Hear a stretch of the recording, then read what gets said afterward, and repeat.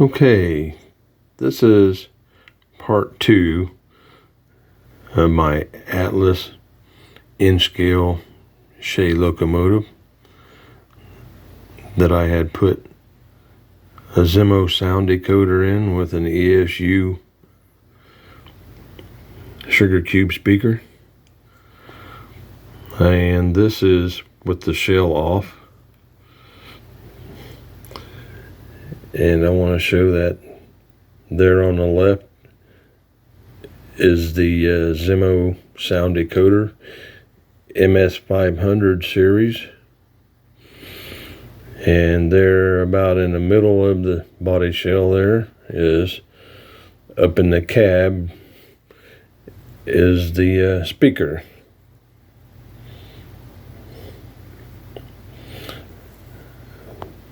I put 2 LEDs in here and wired them up with ceramic micro capacitors, which are very small capacitors. I desoldered the original light boards. Let's see if I can get that focused. Right there, there's two tabs on each end of the, right there, there's one there, one there. And that's where the light board was soldered on.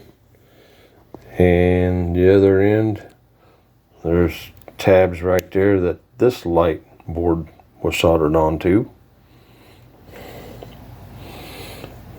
I cut the motor leads off so they no longer pick up the track power from the strips that runs longwise on both sides of the chassis. I cut down this balance weight on this worm gear to allow more clearance for the decoder and wires.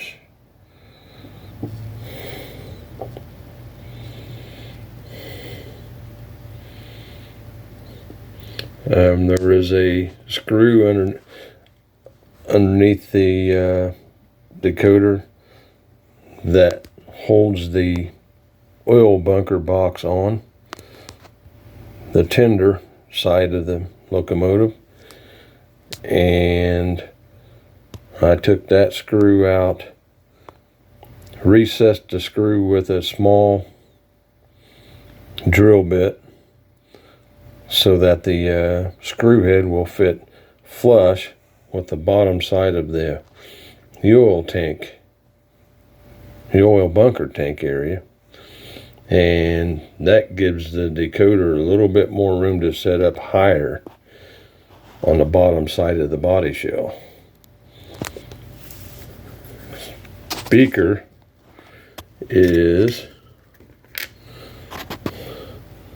like this one here. It's a 15 by 11 millimeter Sugarcube. I had shaved off some of the plastic around the sound chamber so that would fit up inside the cab area. Now the end of the boiler that fits underneath the cab. I took some of the boiler off because it runs just a little bit into the inside of the cab, and that allowed more clearance for the speaker. I use micro crystal clear for the windows. I done that because sound quality, number one. Number two, it somewhat helps hide the speaker because the speaker sits right there in the top side of the cab.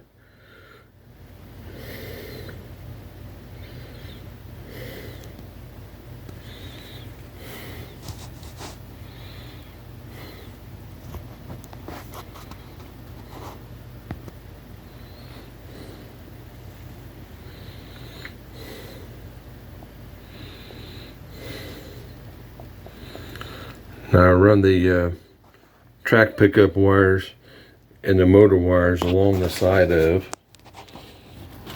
down on the bottom side of the motor. Kind of tuck it underneath the motor there so that the shell will fit back down over the chassis.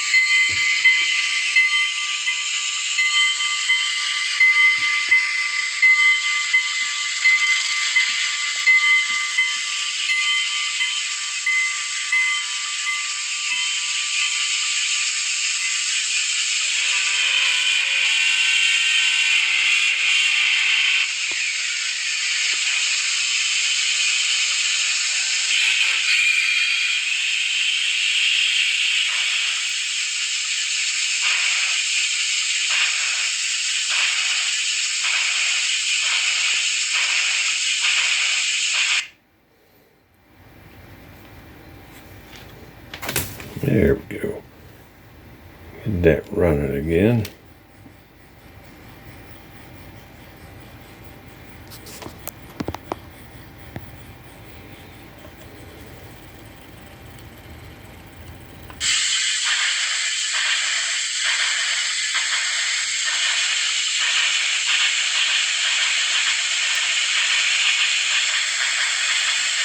I've not put the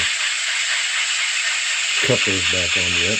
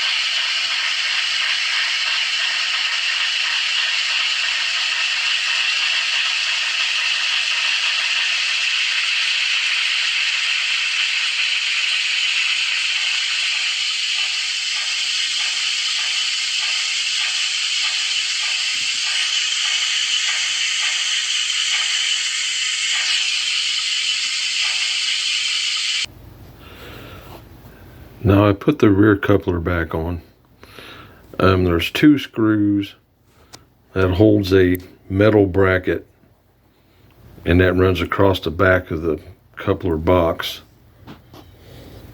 This bracket looks like that right there, and it runs across the back of the coupler box.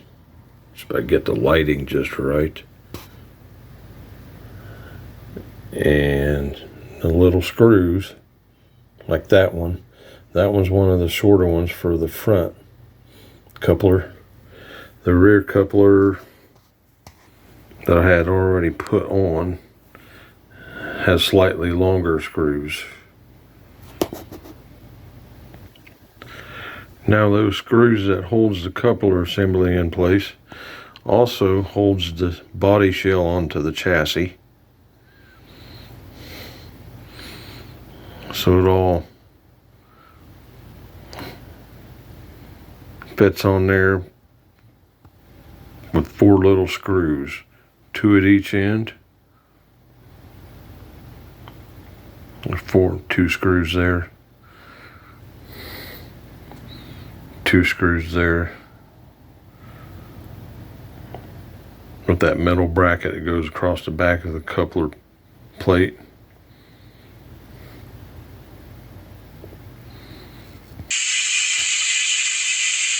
Now, I'm not real familiar with Zimo's function mapping, especially on the sounds. This sound file, right now it's set up to where when you hit the horn or the bell, or in this case it's a whistle for the steam,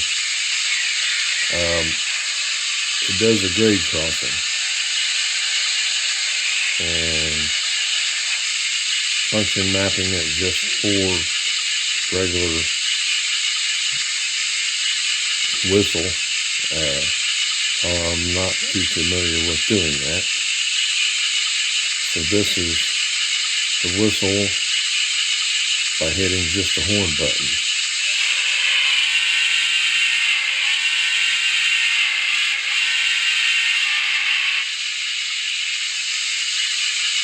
If I hit F3, I just hit it and turn it back off.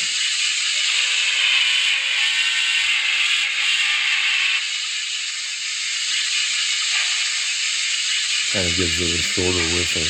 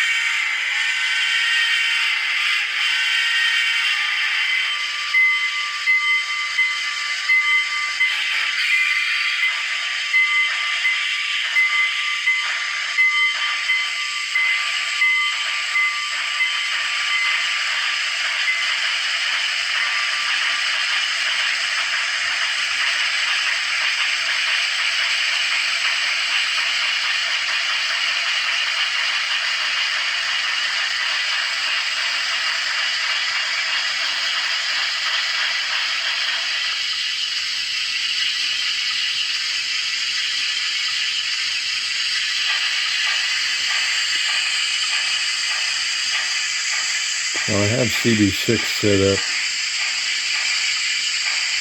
at a value of 45, I believe it was. CD5 is set up to 120. And Shays are not very fast locomotives.